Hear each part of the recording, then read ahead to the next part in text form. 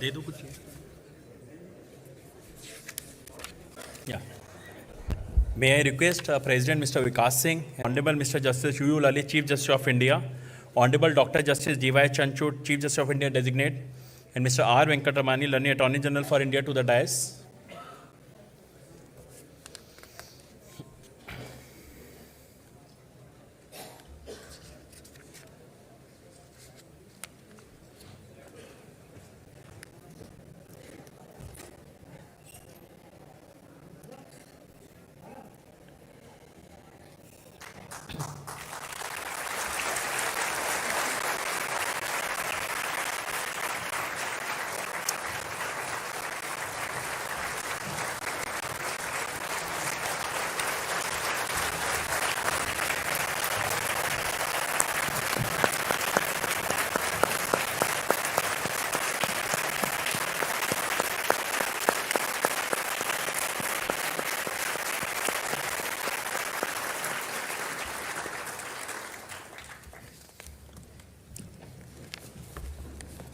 This itself is a sight.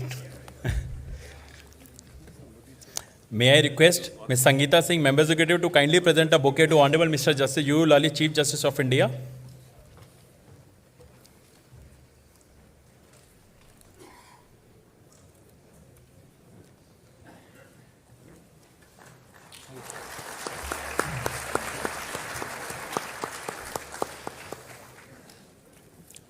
May I request Mr. Mukesh Kumar Singh, Member Executive, to kindly present a bouquet to Honorable Dr. Justice D.Y. Chanchud, Chief Justice of India Designate.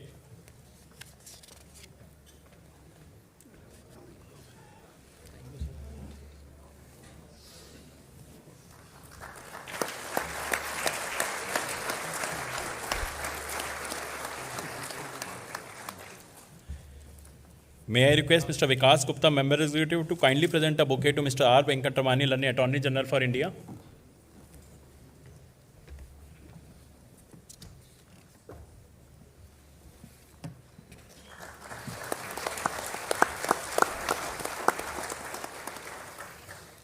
May I request Ms. Sonia Mathu, Senior Advocate and Senior Member Executive, to kindly present a bouquet to Amita Ma'am, Mrs. Uday Lalit.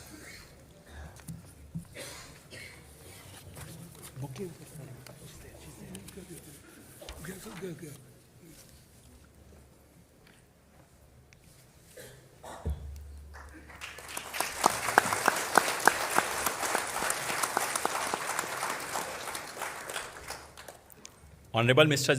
Justice Uday Lalit, Chief Justice of India, Honorable Dr. Justice D.Y. Chanchud, Chief Justice of India Designate, Honorable Judges of the Supreme Court, Mr. R. Venkatramani, Learned Attorney General for India, Mr. Tushar Mehta, Learned Solicitor General of India, Amita Ma'am is Uday Lalit, Shreyas, son of Justice Lalit and daughter-in-law Ravina, Shri Vikas Singh, President SCBA, Shri Pradeep Kumar Rai, Vice President SCBA, Mr. Manoj Mishra, President SCORA, Mr. Snehashish Mukherjee, Vice President SCORA, Mr. Devrat, Honorary Secretary SCORA, Senior Advocates, former President Mr. P.H. Parekh, Mr. Rakesh Khanna, former Secretaries Mr. Vikram at the Bar Lalit.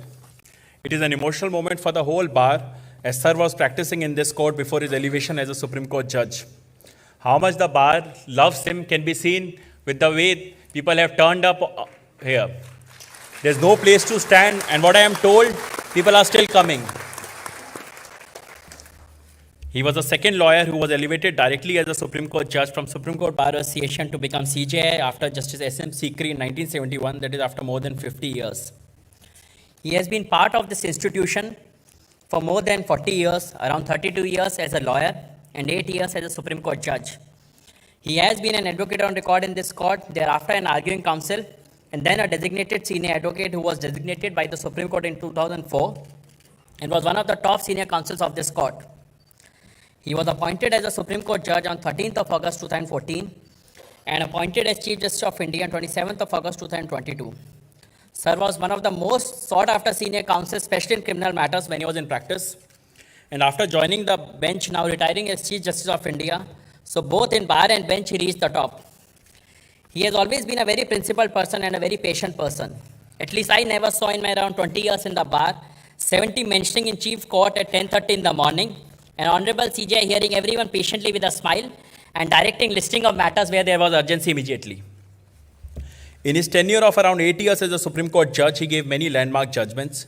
He was part of the Constitution bench in Shaira Banu vs. Union of India, reported in 2017 9 SCC 1, related to triple talaq, which held that the practice was unconstitutional.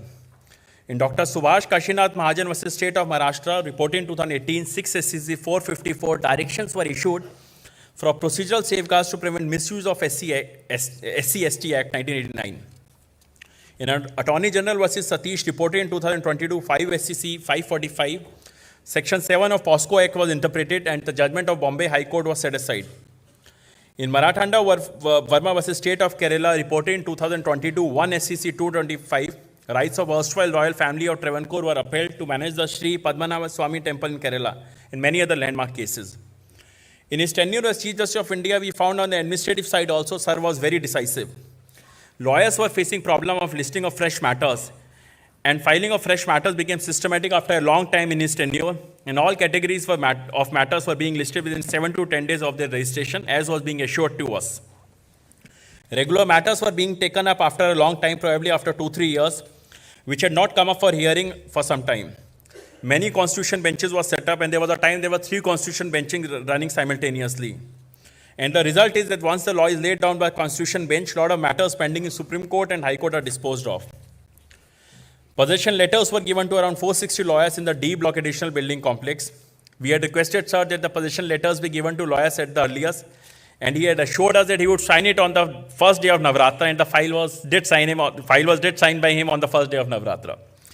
Entry issues were sorted out in the additional building complex, for which lawyers were facing problems. The issue of change of category for chamber allotment from non-AR to AR, or from non-AR or AR to senior, who were totally ousted from the list for chamber allotment, was also sorted out regarding the 2001 and 4 panel list after interpreting Gopalja judgment. With this, may I now request Mr. Pradeep Kumar Rai, Senior Advocate and Vice President SCBA, to kindly give his welcome address.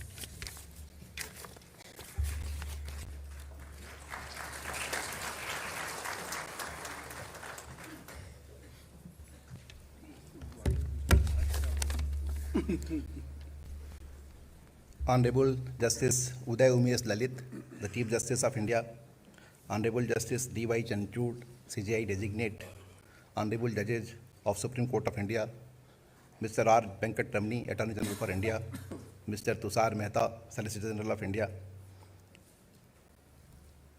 Rahul Kaushik, Secretary, SCBA, Mr. Vikas Singh, President, Supreme Court Bar Association, Rohit Pandey, Yugandhra Jha, Reepak Kansal, Manoj Mishra ji, President Iskora, Honorable P.H. Parekh ji, 6-time President of the Bar and 10 times President of Iskora, Amita ma'am, Shreyas, and other family members of Honorable Justice Lalit.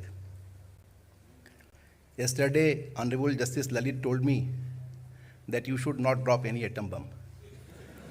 So obviously, he is our elder brother. He has been a person whom we have seen from the day we joined this bar, and he has been one of the most successful lawyers. We have motivated from his actions, from his career, and the similar opportunity is not going to come to us. This is the first opportunity when he becomes CJI, and similar opportunity will come when Honorable Justice P.S. Narasimha will become the Chief Justice of India. We are really, Sometimes I have the mixed reactions. Honorable Justice Lalit, he had served this bar, he had been a senior counsel, he became judge, but in any part of our imagination, we never thought that he is not going to be seen in this courtroom. Though we all aware that at 65 he may demit office, but that was not in our imagination. This is giving us mixed reactions. Sir, wherever you will go, you will sign. Wherever you choose to an area that where you have to perform, you will be outstanding. This is the fourth generation of your family present here, and third generation you are. I remember, and last occasion also I had narrated that when you had constructed your Sector 44 house, we had visited and you had waited for Mr. P.H. Parikh, that let Mr. Parikh come and sit on that chair and thereafter I will sit. That is the respect, that is the sanskar which has been shown towards the Guru and towards the senior persons. That is the path, sir, you all have shown to us, and we all are also following in that direction. Your career was full of achievements. Sir, this auditorium itself, where we are conducting this function, that was not possible if you, Honorable Justice Gawai, Honorable Justice Khanna, Honorable Justice Maheshwari, and Honorable Justice Chandrachud himself, we all were here and you decided that this chamber should be made available for the members of the bar, this auditorium. And since then we are conducting functions here. It's actually giving us a lot of relief. We are saving money. And not only this, the functions are also being carried out with full dignity. Sir, when I was coming here, many of our members, they questioned that what is your stand on Honorable Law Minister's statement on collegium. Though I did not intend to say, but you all have mentioned. So I will say that collegium system is working absolutely nicely. Honorable Law Minister is a very good friend of mine. I have known him for over 2 decades. And he is a political person, so politicians make statements. Honorable judges do not have medium to say something or make a statement. This bar cannot be silent on those issues. If he has any suggestion where the collegium system or this Honorable Supreme Court of India work completely without any influence of any government or intervention, that will be appreciated. We welcome his suggestions. Sir, ultimately, I will say that you are such a person, आंखों में मंजिल थी, गिरे और संभलते रहे, आंधियों में क्या दम था, चिराग हवा में भी जलते रहे.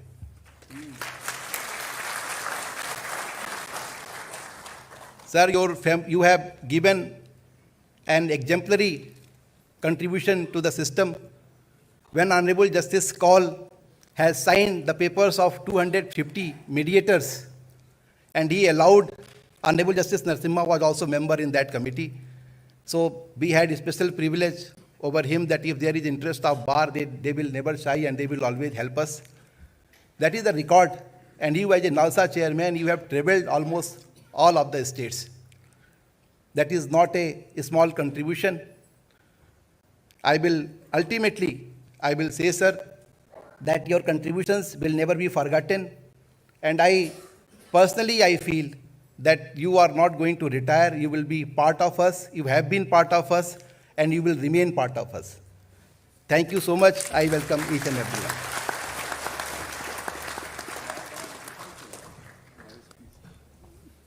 Thank you, Pradeep, sir. Everyone in this auditorium, I guess, either would have briefed him or would have appeared him or would have opposed him in matters. May I now request Mr. R. Venkatramani, Learning Attorney General for India, to the dais to deliver his address.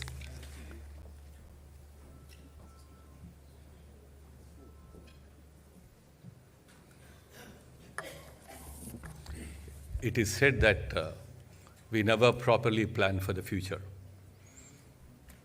This auditorium has not been planned to keep in mind that one day we will have a judge who will, without departing, depart from us to have this huge gathering here. What a wonderful gathering. I wish we have plans for the future and make this auditorium a little more bigger to show our love and affection to all those judges who come and grace this court and add value to this court and be part of the family of administration of justice. In the afternoon, while I took few minutes in Chief Justice Lalit's court, being part of the congregation of people who wanted to share their love and affection, I promised to Chief Justice Lalit I will write a small piece of poetry, and I wrote this. Let me read it.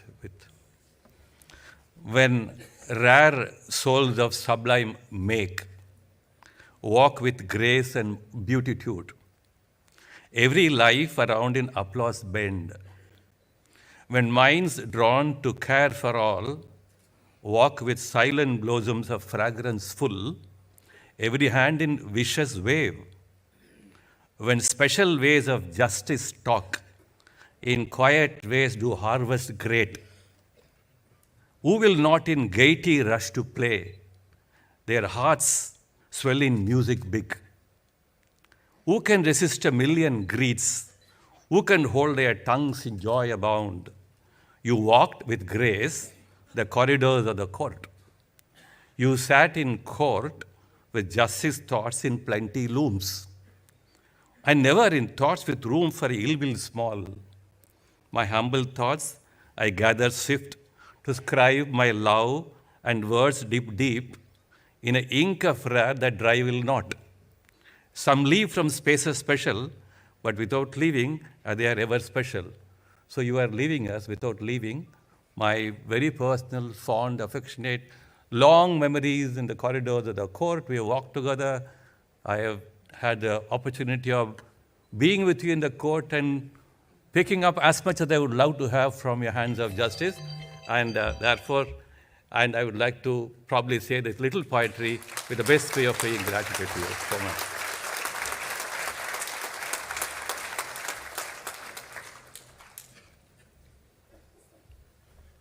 Thank you, sir, for such apt words for Justice Lalit. With this, may I now request Mr. Vikas Singh, Senior Advocate and President SCBA, to kindly give his address.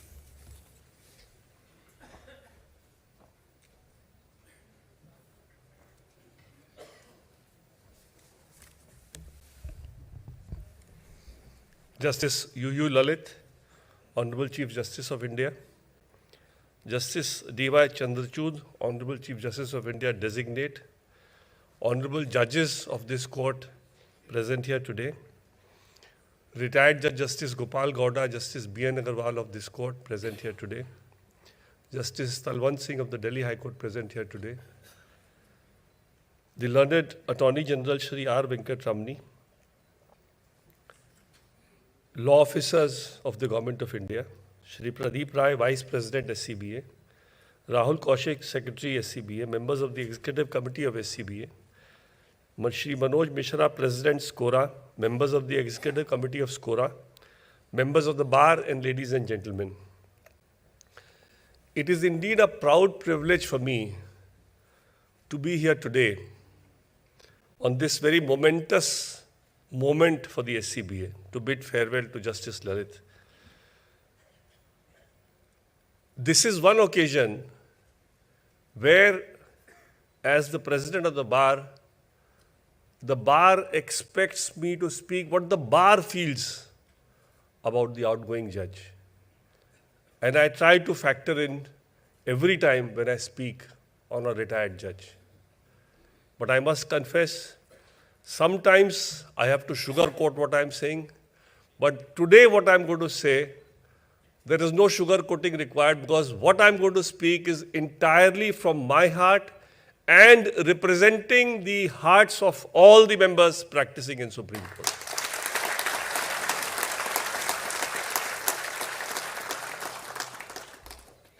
Before I say much about Justice Lalit, I would like to say a few things that, interestingly, I share of certain qualities with Justice Lalit.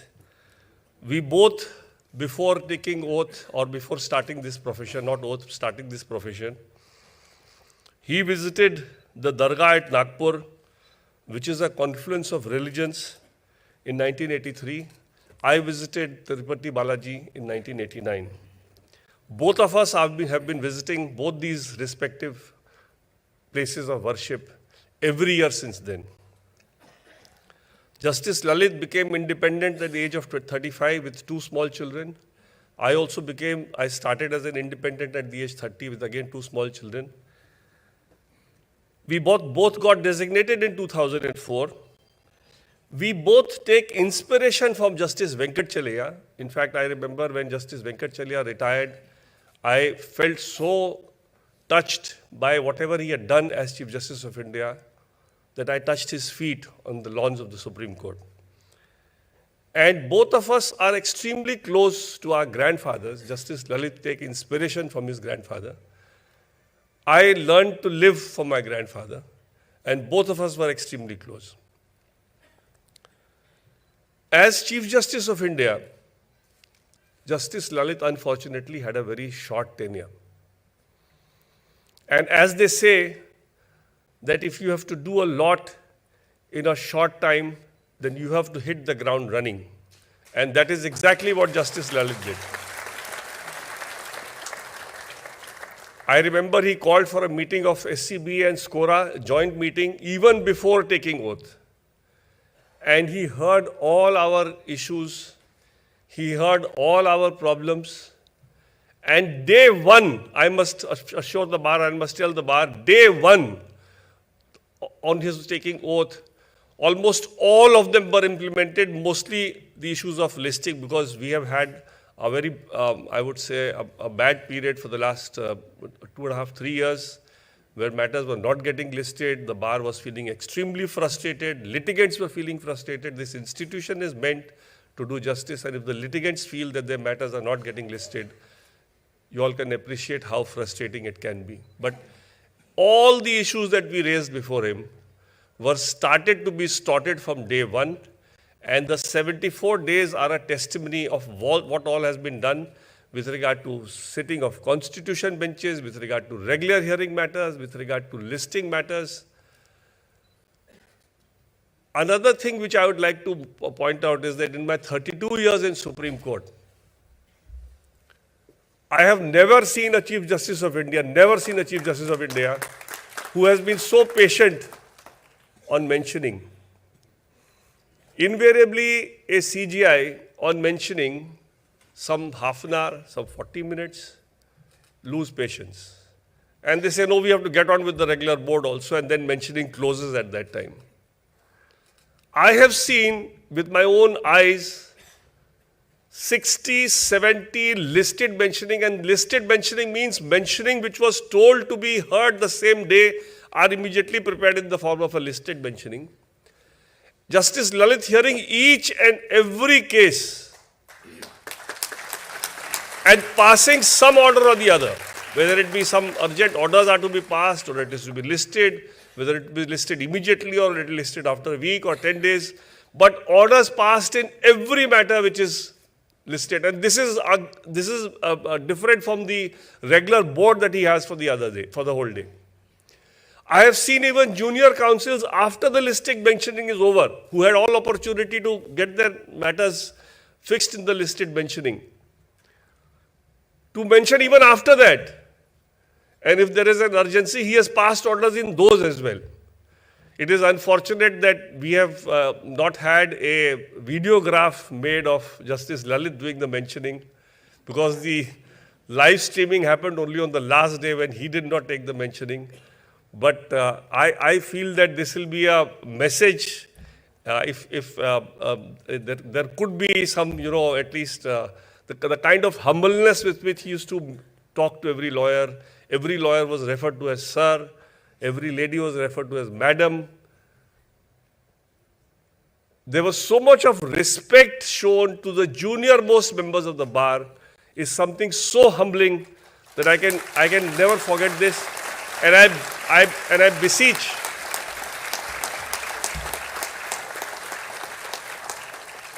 beseech the Chief Justice of India designate, who is also equally humble and who is also equally polite, that I am sure he will continue this tradition so that this problem of ours should remain a thing of the past. Justice Lalit in January 76, at the young age of 19 years, was inspired to become a lawyer when he went to the courtroom for the first time on the last working day of his father's sitting as a judge. And it is that visit to the courtroom which inspired him to become a lawyer. And we are blessed to have him with us today, not only as our colleague, as a non-lawyer, otherwise some lawyers object to this word non-lawyer, as an arguing counsel, as a AOR, and then as a senior designated by the Supreme Court. This would not have happened if he probably had not gone to the court that day. Amongst his inspirations is, of course, our very dear friend who's no more, Mr. Vinod Bobde, one of our seniors practicing here. He was, as everybody knows, in Mr. Parikh's chamber, and then he was having Justice Indu Malhotra as his super senior. He was with Mr. Soli Sorabji from 86 to 92. Amongst the retired judges, apart from Justice Venkatachalaya, he drew a lot of inspiration from Justice Krishna Iyer, Justice Bhagwati, and Justice Chandrachud, who happens to be the father of our Chief Justice of India designate. At the time of retirement of Justice Lalit, I would be failing in my duty in not mentioning Justice Lodha, who decided to recommend two names of our bar, Justice Lalit and Justice Nariman. And I congratulate Justice Lodha, if he's hearing the live streaming, to him directly. Otherwise, I will ensure that this video clip is sent to him, that he insisted that Justice Lalit and Justice Nariman come to the bench and serve the people, because everybody knows both of them did a huge sacrifice to join as a judge, because they were having a roaring practice and getting down from that roaring practice to a measly salary, which probably, I remember once Justice Nariman mentioned to me that a good Friday or a good Monday was equivalent to the entire salary he got as a judge of the Supreme Court in 7 years.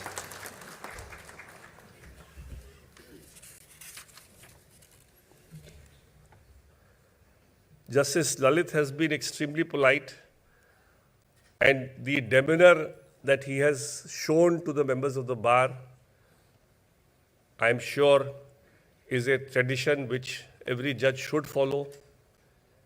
And when you go for this justice dispensation and you appear before a judge, you basically require three things. One is politeness from the judge, second is patience, and third, of course, is that the members should feel the integrity. And I must say with a full confidence that all three qualities were there in abundance with Justice Lalit when he became a judge or as Chief Justice of India. His wife, Mrs. Amita Lal Lalit, is present here today. She was also a lawyer for some time. She practiced as a junior with Mr.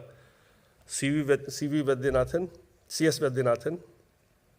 She is a passionate educationist and a founder principal of the Stimulus Preschool School, a school for special kids. She's a trained classical dancer. The thing which really needs to mention about her, she's of course Justice Lalit's strongest critic and the best admirer, that she has started this concept of having children of special needs study with normal children. And that really is a huge step, because that's the only way for special children to be made proper members of the society, who can participate and be effective in delivering whatever is expected from them by virtue of this education. Justice Lalit has the unique distinction of appearing as a amicus curiae in a large number of matters. And we all know amicus curiae is a lot of work, no money, and a lot of hard work. And it's all mostly pro bono. In his case, I'm sure it was all pro bono. But that is the kind of reputation, that is the kind of integrity he brought to this profession, that he was the choice amicus curiae of almost every bench during the time he was a senior advocate in the Supreme Court. Justice Lalit can be said to be a tortoise in the hare and tortoise story. And when I say tortoise, I don't mean going slow. When I say tortoise, I mean keeping your head down and working and not looking for the results. Results automatically follow for people who work with their head down. That's the example that Justice Lalit has set by his life. He has learned Sanskrit and he intends to do more of that post his retirement. He is, in spite of being a diabetic, fond of Amras and Shrikhand, and he must have the Kasata ice cream, but he compensates 2% by having coffee without sugar. He is a lover of Kishore Kumar, Rafi and Lata, and I am sure in the days to come he'll get more time for his passion of traveling, music, cricket. In the canteen, we all saw him having his tea with Good Day biscuit. Now, this is something which is very unique for people who have done this in their childhood to continue this all their lives. And this was one habit we all saw him in the canteen having his tea. So we all, from the members of the bar, I wish Justice Lalit a very, very successful, happy, contented next innings in life. It's not a retirement. I would not put it as a retirement. It's just a new innings that he's going to start.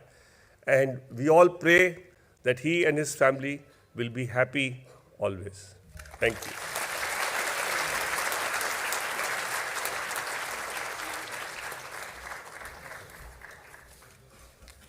Thank you, Vikas, sir. Justice Lalit has always been a very courteous person. And yes, sir, you are right. How he did mentioning in this court, we all never saw with such patience and with smile, 70 mentioning in a day. And I must tell all the members here that how he encourages staff also. One of the court masters in his court has written 2 books, which has been released by him, one on capital punishment, one related to AOR examination. So he encourages staff also. With this, may I now request Honorable Dr. Justice D.Y. Chanchod, Chief Justice of India Designate, to kindly give his address.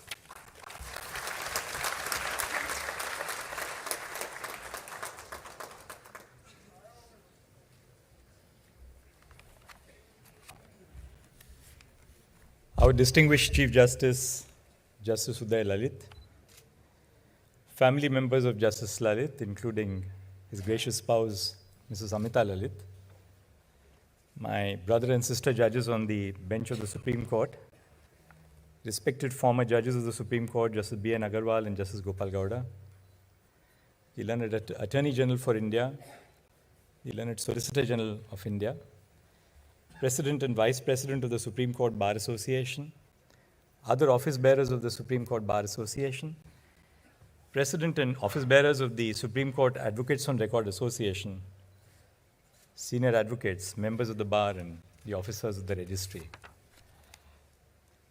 I think most of you in this audience would comprise of people who have either briefed Justice Lalit, appeared with him, I wouldn't say opposed him, but I would say appeared against him. I can share a part of that honor with you. I had the privilege of sitting with him when he joined Mr. Sorabji's chambers, when I would brief Mr. Sorabji as a young lawyer traveling from Mumbai. I had the privilege of opposing or appearing against Justice Lalit in one appeal which came out of a dismissal of a district judge in Maharashtra, where the Bombay High Court had held against us and directed reinstatement with back wages. But there is something more which I must tell you and must share with you without a sense of reservation, which I share with the learned Chief Justice, which you don't share with him. And that is that the relationship between our families travels a long, long way in time. I dare say even before we were both born. Justice Lalit's father, a very respected senior counsel and a doyen of the criminal bar, Sri Umesh Lalit,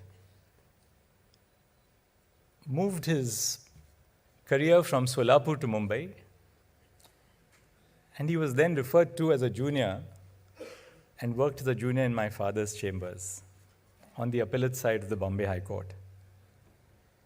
So our relationship really traces its way back much before we joined the bar and much before we had the first cognizance of our own senses.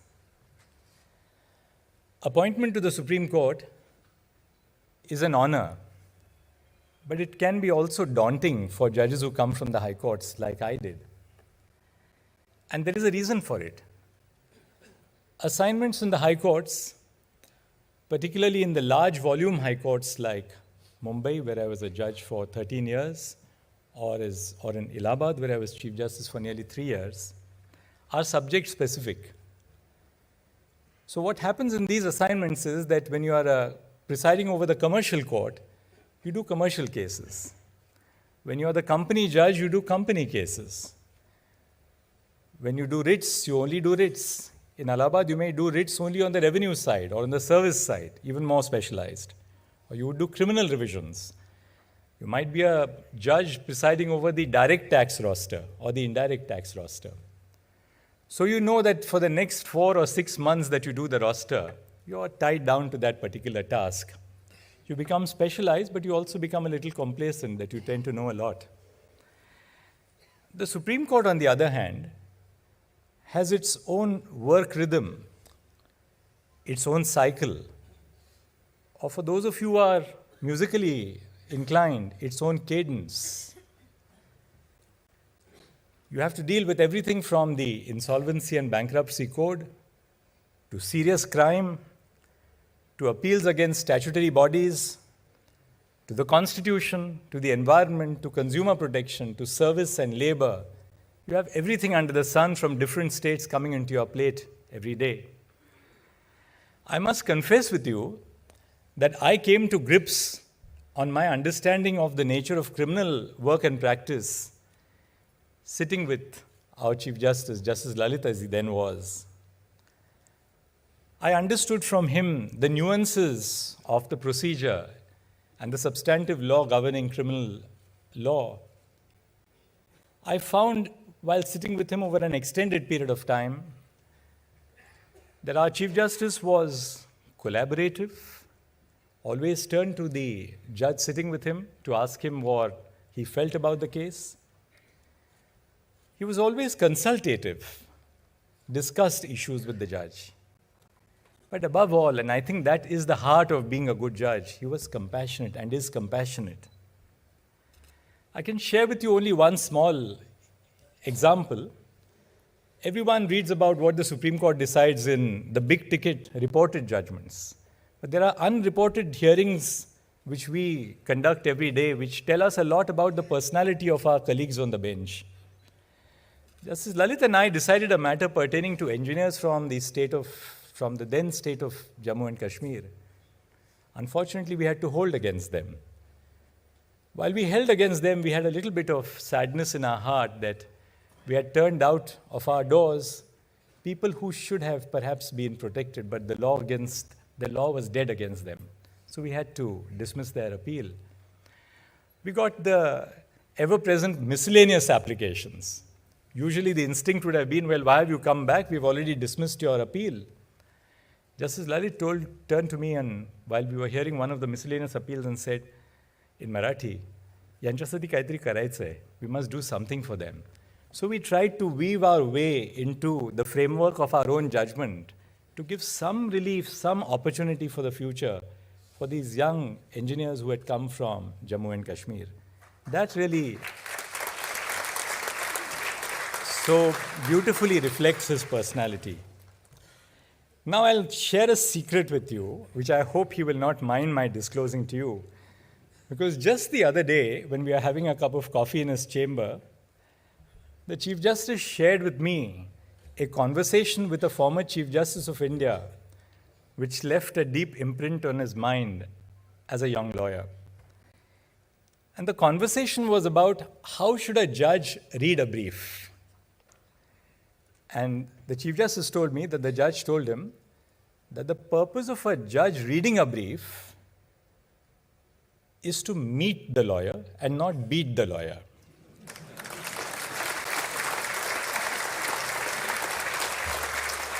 Now, everything that we say tends to get reported in the social media, so I must correct myself as soon as I have made that statement. What the former Chief Justice meant about meeting a lawyer was meeting a lawyer intellectually. And what he meant to say about not beating a lawyer was not being aggressive. There's nothing adversarial between the bar and bench in the proceedings which go along in the court. So both of us, in that sense, have a shared tradition. The large gathering today, I believe, which is showering all this praise and affection on our distinguished Chief Justice, is not just an accolade to your lawyering and to judging, but also to the remarkable leadership that you have shown as the Chief Justice of India, as well as for the work that you have done which has uplifted our institution. Personally, as your successor, I'm conscious that I have very big-sized shoes to fill because you have really raised the bar for the Chief Justice. Justice Lalit's career from his time as a lawyer has been a reflection of his dedication to public service. Obviously, there's a big monetary sacrifice when a member of the bar accepts judgeship for the Supreme Court. But you don't accept judgeship ever for the monetary rewards or the perquisites which are attached to the office. They can be all in vain if you don't be true to the call of conscience which leads you to these offices. Justice Lalit served as a member of the Supreme Court Legal Service Committee for 2 terms. He was CBI Special Prosecutor in all the 2G matters. He was one of the most favored amicus curiae in the court. Served in multiple landmark matters, including vehicular pollution, forests, and the pollution of the river Yamuna. I've heard stories about how Justice Lalit appeared in almost every high court, and how in those days, when there were no virtual hearings, he would appear in multiple courts in the same day, located in different locations. I dare say that if the then Chief Justice had appointed me as chairperson of the E-Committee when Justice Lalit was at the bar, he would have had multiple screens on his desk to conduct multiple hearings.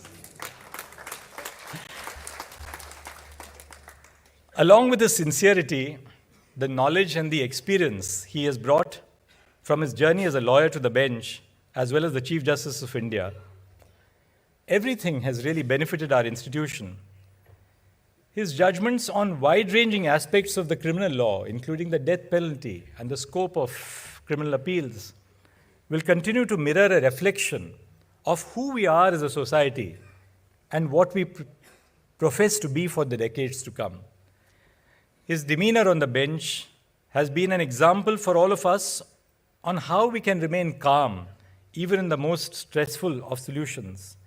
In a sense, it reflects Justice Lalit's temperament, a yearning to reach out to unheard voices. He is, as my mother would say, a sthita prajna. When you sit with him on the bench, there's an all-pervading sense of calm which he exudes and which reflects onto his colleagues as well. On the administrative side, Justice Lalit has been committed to increasing access to justice, not just during his tenure as a Chief Justice of India. Even earlier, while serving as the chairperson of the National Legal Services Authority, he has performed an amazing job in encouraging initiatives to increase the reach of justice at the grassroots level. He expanded the reach of NALSA by reaching to the remotest parts of the country. Through these initiatives, he has rolled the wheel in helping us transform the image of our institution from a colonial justice delivery system to a system where people have to be reached out to. He has transformed the justice delivery system's image from a system which has to be reached out by people to a system which reaches out to people. Under his leadership, the first All India District Legal Services Meet was organized, which created an opportunity for judicial officers from across the country to interact, share their experiences, best practices, and demonstrate their commitment to the legal aid movement. As the chief, despite the limitations on his time, he has been kind enough to hear everyone, take multiple steps to provide solutions while prioritizing consultation and deliberation.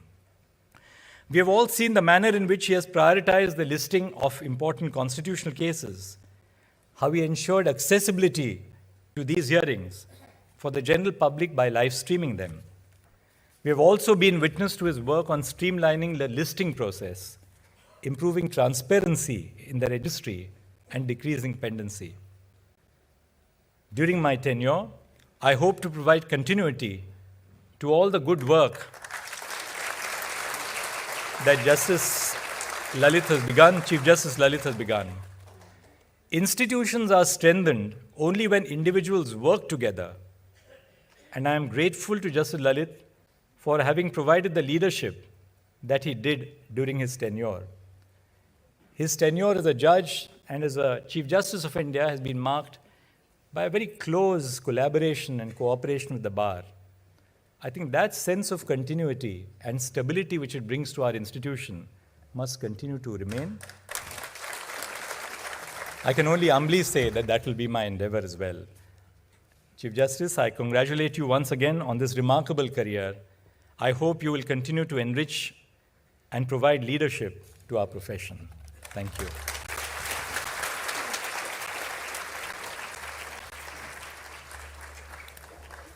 Thank you, sir. It may not have been an easy decision for Justice Lalit to take up judgeship when it was offered, as he was one of the best counsels in this court. He always had a compassion as a judge, was very calm, and the composure with which he held his court. A lot of cases were settled in Nalsa during his tenure. With this, may I now request Honorable Mr. Justice Uday Umesh Lalit, Chief Justice of India, to kindly give his address.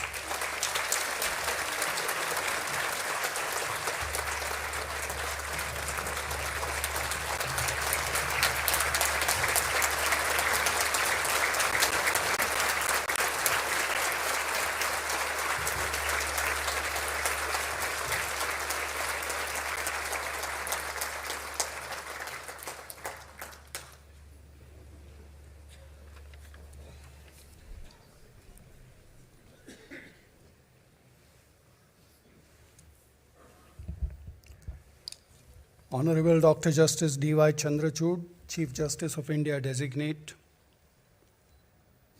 all my esteemed brother and sister judges from the Supreme Court, Honorable former judges of the Supreme Court, Justice B.N. Agarwal and Justice Gopal Gowda. I shared the bench with Justice Gopal Gowda for, I think, 2 terms, maybe 6 to 7 months. Honorable Attorney General for India, Honorable Solicitor General of India, President, Vice President, and other office bearers of the Supreme Court Bar Association, President and other office bearers of Supreme Court Advocates on Record Association, the learned law officers, learned senior advocates, all the junior members of the bar, some of my own chamber juniors are also here, my family members, my wife, my son, my daughter-in-law, everybody who is present here, it's to you, ladies and gentlemen.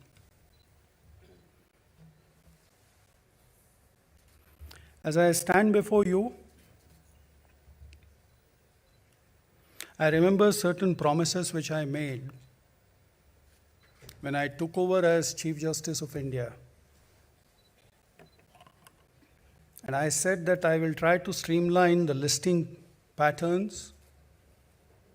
I will see that There is at least one constitution bench functioning all through. I will see that regular matters are listed at an expedited date. Is the mentioning part. I must say, to a certain extent, I've been able to fulfill those promises.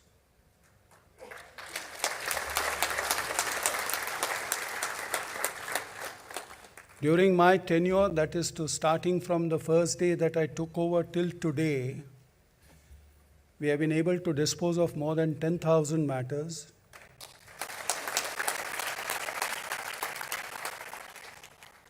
In addition, we have also disposed of about 13,000 matters which were lying in defect for several years, but they were simply being maintained on the file. So 10,000 actual disposal as against the filing, which is about 8,700. If fresh filing is about 8,700, then mathematical calculation, about 1,300 matters are disposed of more than the filing, which means that to a certain extent we have been able to take the slice out of the arrears, the mounting arrears. At the same time, on my first day after being sworn in, I had a full court meeting with all my colleagues. That time we started with strength of 30 judges as against sanctioned strength of 34. Today we are 28, tomorrow we may be 27. So I just divided 30 by number 5 and said there are 6 constitution benches possible. So 1 to 6, we decided that all 30 judges will be part of some constitution bench or the other. And in the shortest possible time, we could have these 6 benches rolling. The first bench, which was Justice Indira Banerjee's bench, Justice Banerjee was to retire in 23 days' time. I told her that start off, let us see if you are able to finish something. And not only did they hear the matter, they delivered the judgment, so therefore that's something which came out true. The second bench, which was mine, we delivered the judgment today after extensive hearing for about 3.5 weeks. The other 4 benches are rolling. They have also, Justice Kaul's bench has finished 4 final hearing matters. They are on to the 5th matter now. Judgments are reserved. This is what I thought, that this court has to have at least one constitution bench functioning all through. And I must say, on a particular day, there were 3 constitution benches in courts 1, 2, and 3 simultaneously functioning. And that's when we started our live streaming. We also started 3 judge combinations. There are about, the day I took over, about 55 death reference matters,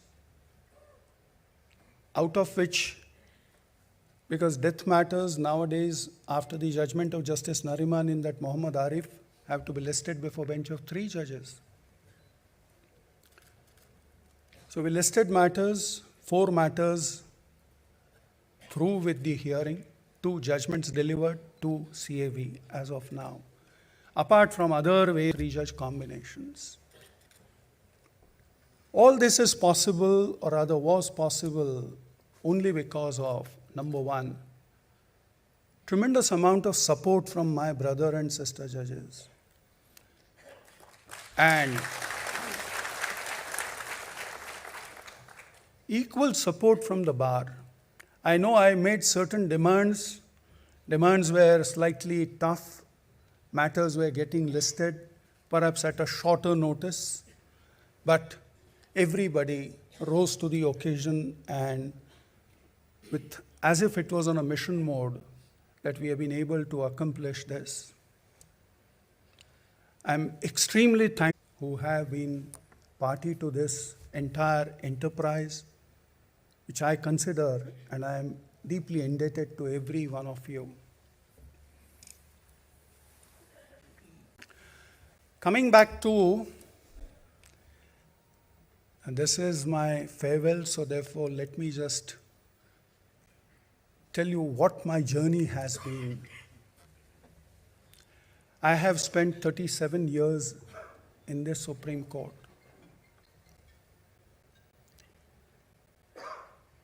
31 years, or rather 29 years as the advocate, as a lawyer, and last 8 years as judge of the court. It has been very fulfilling journey, very satisfying journey. I remember the first day that I said this in the afternoon when we rose from the bench, that I came to mention a matter before the then Chief Justice, and that was my first appearance in Supreme Court. I mentioned the matter to get it listed, and the then Chief Justice was Justice Y.V. Chandrachud. So that was my first day, and I said in the afternoon that I'm passing on the baton which I received through successive Chief Justices onto the son of that illustrious Chief Justice. My first brush with the Supreme Court was when my father brought me to Supreme Court to say that hear this matter, which was in special courts. Again, court number 1, Chandrachud Justice Chandrachud presiding. So it has been a very excellent relationship, as Mr. Vikas Singh said. My father had a tenure of just about 2 years as a judge. And when the news came that his term is going to expire, I had never seen my father as a judge, nor had I attended his swearing in. So I said, let me just go and see you. How does my father look as a judge on the bench? And that was the last day of my father as a judge, and I went to the court. And I saw the hustle bustle, I saw the lawyers, the way they addressed, the way the judges. I said, this is where I would like to be. And that's what started off as a journey.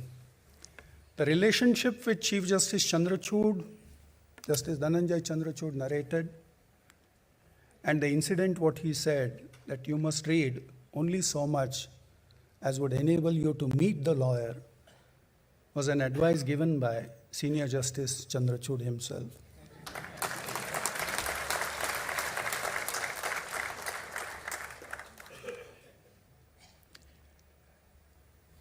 I had the fortune of being educated at 2 places in school, Solapur and Mumbai. I'm fortunate to have had the benefit of best of the teachers who inculcated everything what I today represent and stand for. I must say that my grandparents had deepest influence on me. My grandfather was an associate of Lokmanya Bal Gangadhar Tilak. He started as a lawyer at place in Solapur in 1920. My grandmother was the first lady doctor of Solapur. And as I say, that after her, nobody has worn white apron or white coat in our family. Everybody is only black coat here. So that's where I started.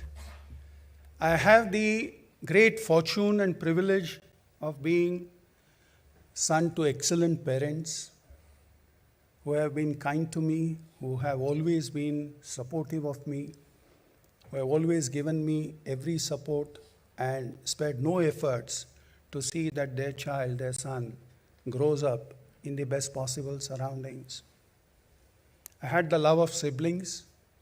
I'm fortunate to have the love of my wife, my 2 sons, 2 daughters-in-law, and anybody and everybody who is near and dear to me.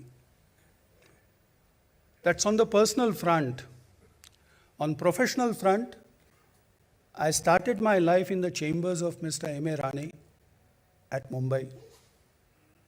Did about 2 years and then shifted here.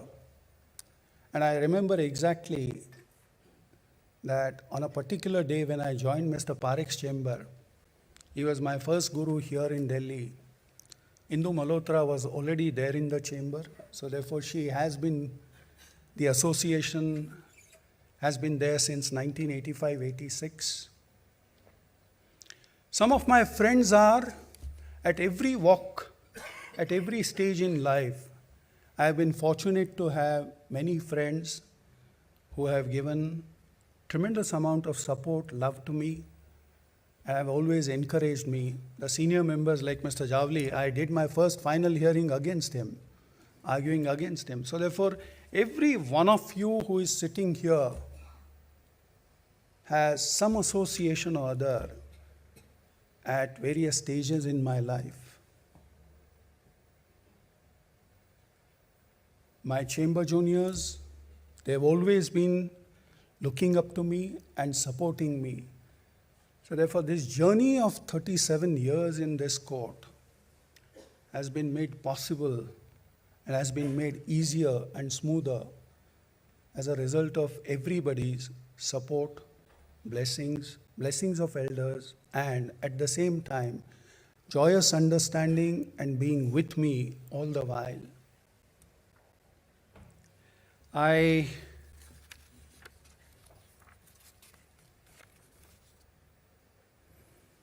At times, what you feel is that your work, your profession is so demanding that you need to spare time and give it to that profession. As they say, law is a jealous mistress. So she demands time every time. And who are the casualties? The casualties are your family members. I still recollect the foreword and the dedication given by Mr. Sirvai, H.M. Sirvai, in one of his books on Constitution. The dedication goes like this. I don't remember the exact expression, but what he said was, he dedicates the book to his wife and children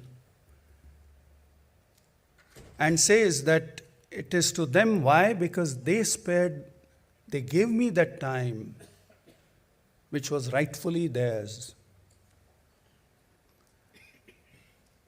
And I must say that at every juncture, wherever I have gone out of the way to make an endeavor,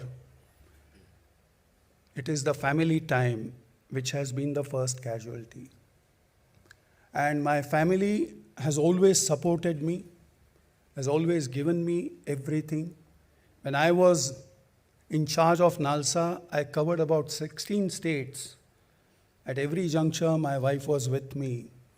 So the kind of journeys that we have had through, say, Leh Ladakh area, it was physically arduous, but my wife always stood like a support of strength behind me.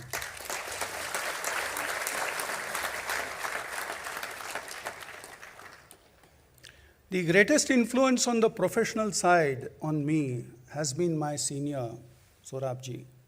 I joined Mr. Sorabji sometime in October 1986 after having spent about 10 months in the chambers of Mr. Sorabji. 5.5 years in his chamber.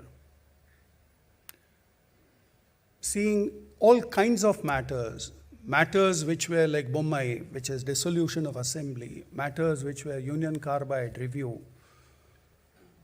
Tremendous amount of energy which was flowing in every time, and the kind of matters which was the everyday's cup of tea, where otherwise would have been very, very difficult for any lesser mortal. But that man had the capacity, and he inculcated in us, all the chamber juniors, the habit to work steadfastly, concentrate on what the matter is, forgetting what would be the other courses and forces operating, and concentrate purely and pure on the matter. It is that habit, watching Mr. Sorabji, an excellent mind at work, which perhaps I have learnt whatever I did and whatever I stand and whatever I do today is all the product of that. So as today I stand before you and take a final bow, I acknowledge everybody's efforts. I acknowledge that all of you, every person, whether it be my chamber juniors, whether it be any other junior, whether it be any associate, whether it be any friend on the other side, it has always been a fruitful association for me. I'm proud of being member of Supreme Court Bar.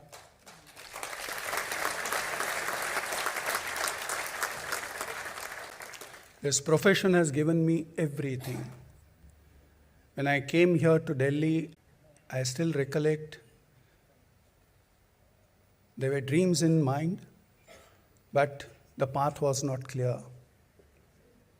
But today, after 37 years, I can say with pride that yes, I was a member of Supreme Court Bar Association, which meant a lot to me. And I have, with the help of all of you, all lawyers, all judges, I have been able to do something in life, and that's only because of you. And this is to acknowledge all that whatever good I have shared with all of you. Thank you so much. Thank you.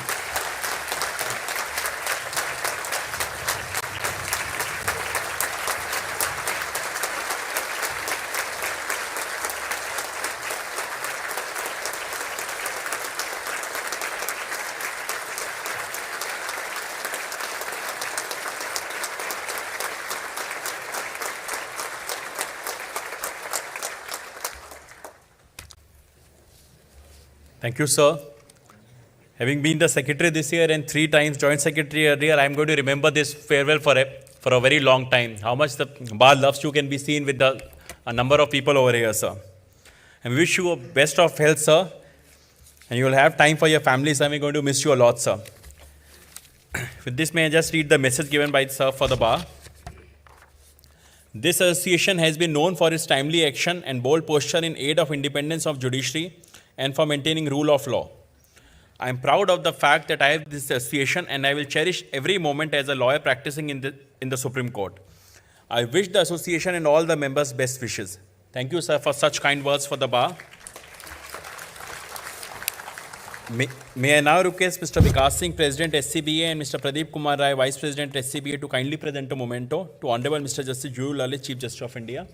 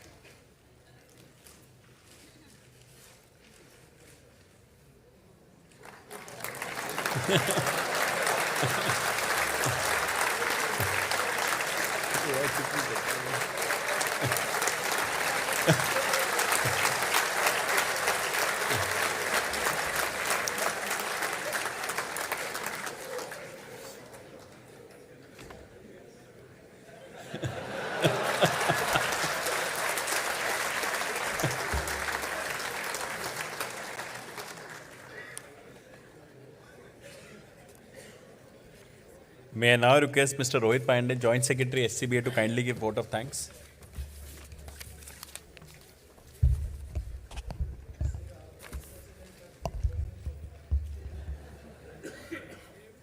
Thank you Rahul. Lalit sir, पहली बार हमारे बार के members ने हमारी executive committee से बोला कि अब तो हमारे सारे मैटर्स लिस्ट हो रहे हैं. Thank you so much for this Lalit sir. We will miss you sir. We are grateful to Honorable Dr. Justice D.Y. Chandrachud, Honorable the Chief Justice of India Designate, for accepting our invitation for presiding the function. We are thankful to Honorable Mr. Justice U. Lalit, Honorable the Chief Justice of India, and his family members for accepting our invitation to attend this function. We thank Honorable Judges of Supreme Court of India and Honorable retired Judges of Supreme Court of India, Justice Gopal Gowda, sir, Justice B.N. Agarwal, sir, Justice Talwant Singh, sir, Judge Delhi High Court, for gracing the occasion. We thank our most beloved Mr. R. Venkati Ramani, sir, Learned Attorney General for India, Mr. Tushar Mehta, Learned Solicitor General of India, Learned Law Officers, senior members and members of the bar, Mr. Manoj Mishra, President ISKORA, Mr. Devbrat, Secretary ISKORA, Mr. Snehasis Mukherjee, Vice President ISKORA, Mr. V.K. Bansal, Learned Secretary General, Mr. Sachidhar Setti, and other registrars of the Supreme Court of India, press, journalists, and print and electronic media, and office bearers and members of the different executive committees.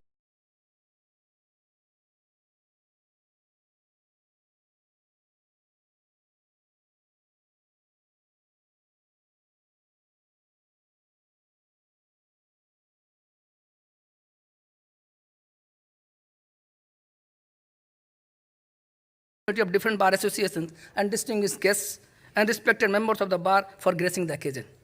I request to Executive Committee to join us for group photographs.